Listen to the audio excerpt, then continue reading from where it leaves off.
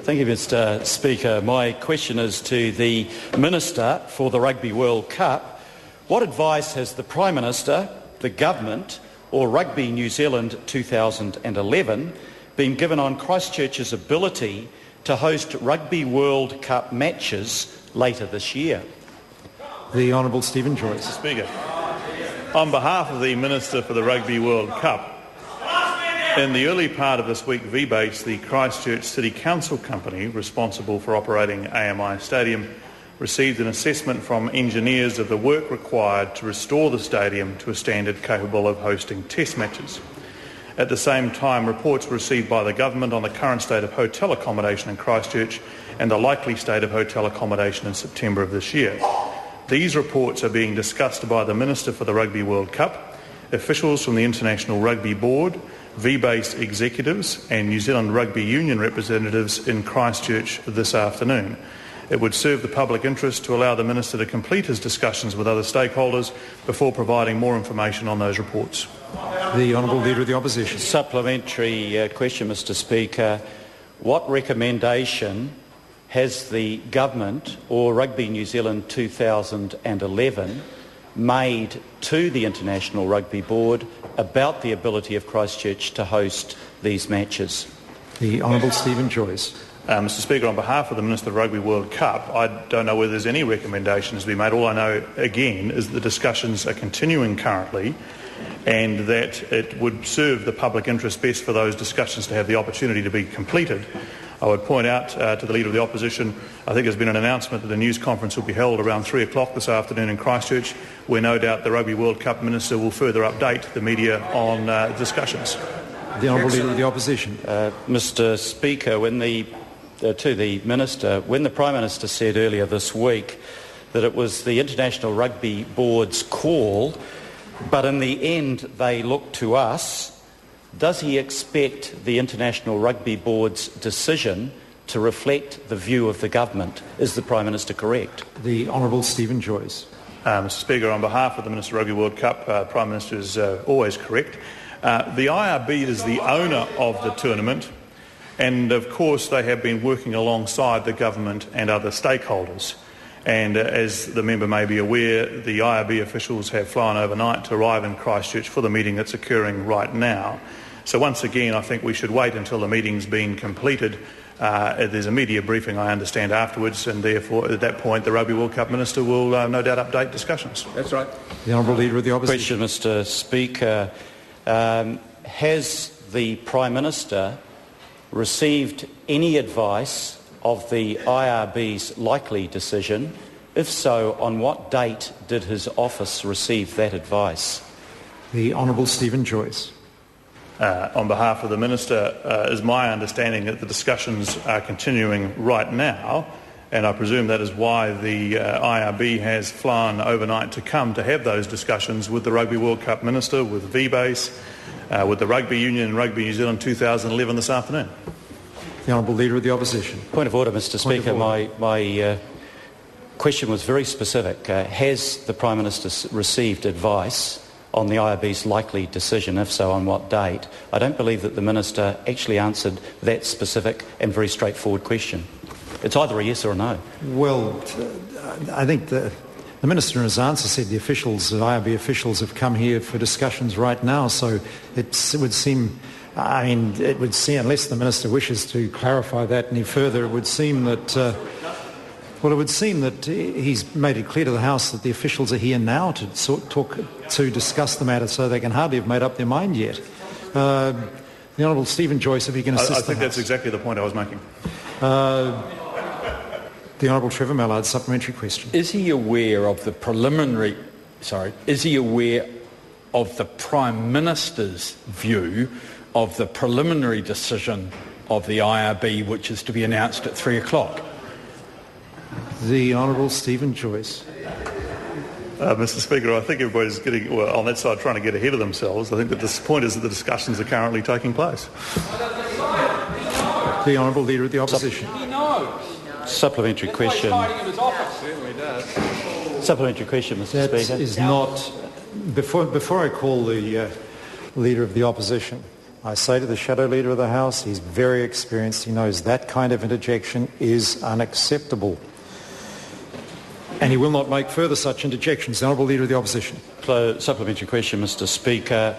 Did the engineering reports that he received on the AMI stadium indicate that the stadium would, by the due date, be able to hold those games?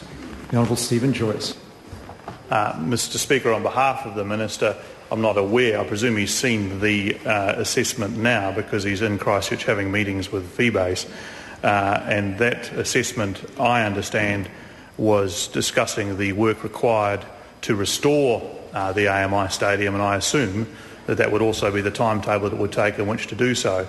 But again, those discussions are continuing this afternoon. There's a media briefing at 3 o'clock. The Honourable Leader of the Opposition. Supplementary question, Mr Speaker. Has the Minister received advice that following the earthquake, the accommodation and other infrastructure in Christchurch is capable of meeting the needs of the thousands of rugby fans that would come to the city to watch those games? The Honourable Stephen Joyce.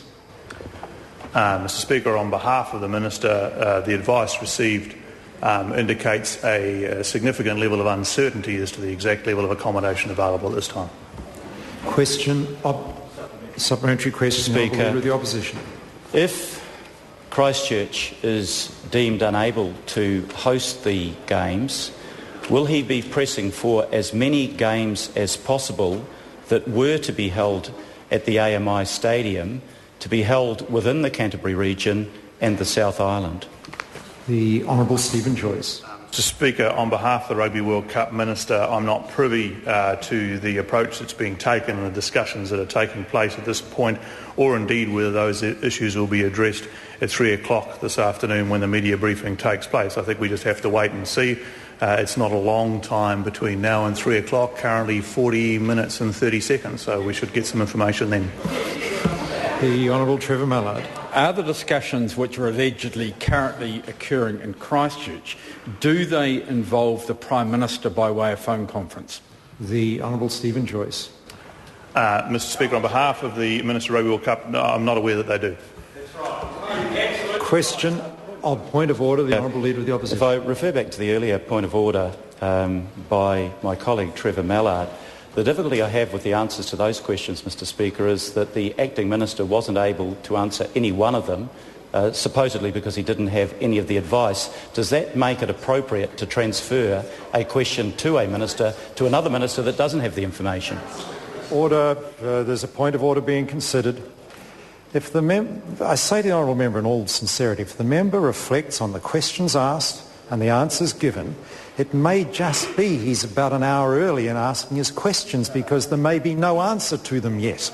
And that is what any, I think, reasonable person would take from the answers given. Now, if the members believe that there's some other plot going on somewhere, that's not something I can help with as Speaker of the House. Questions were asked. Order.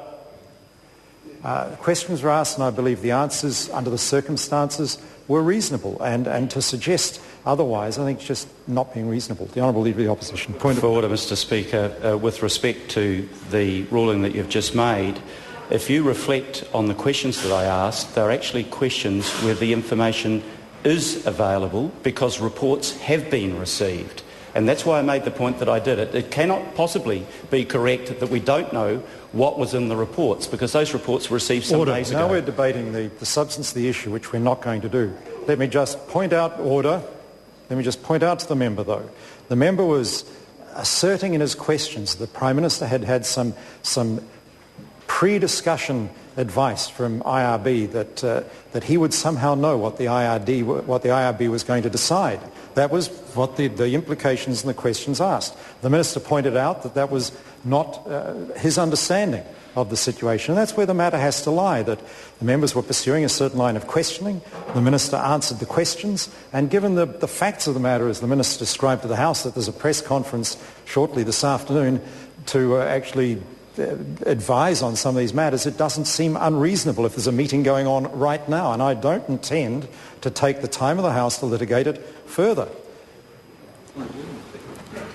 I'll hear the Honourable Trevor Mallard briefly, but it better be a good point of order. Well, Mr Speaker, it is a good point of order. I think there were two specific quotes from the Leader of the Opposition. One was from the Prime Minister, which indicated that... Can I first check with the member, what is the issue of order he's seeking to address? The issue of order, sir, goes to the answers given and whether they are likely to lead to disorder. No, order. That is not a valid point of order. It is not a valid point of order. The Speaker determines whether or not a question has been answered. It is my assessment that the questions were answered in a reasonable manner given the facts of the matter. And that is the end of that. That is not an issue of order, be debated further by way of point of order. Point of order, Mr. I'll hear the member in case I've made a mistake. The Honourable Trevor Mallard. It's getting dangerous here. The problem that we have is that we are aware a decision has been made and the Minister will not front up. This is not a point of order. Now, the member is treading on very dangerous ground. Any further deviation from standing orders, the member will be leaving the House, because that is not a point of order. It is irrelevant what members might understand or think they understand about what decisions may or may not have been made. That is absolutely irrelevant to the order of this House. The members questioned the acting minister, and the minister answered. And that's the end of the matter for question time. Question number 3, Chester Borrows. Thank you, Mr Speaker.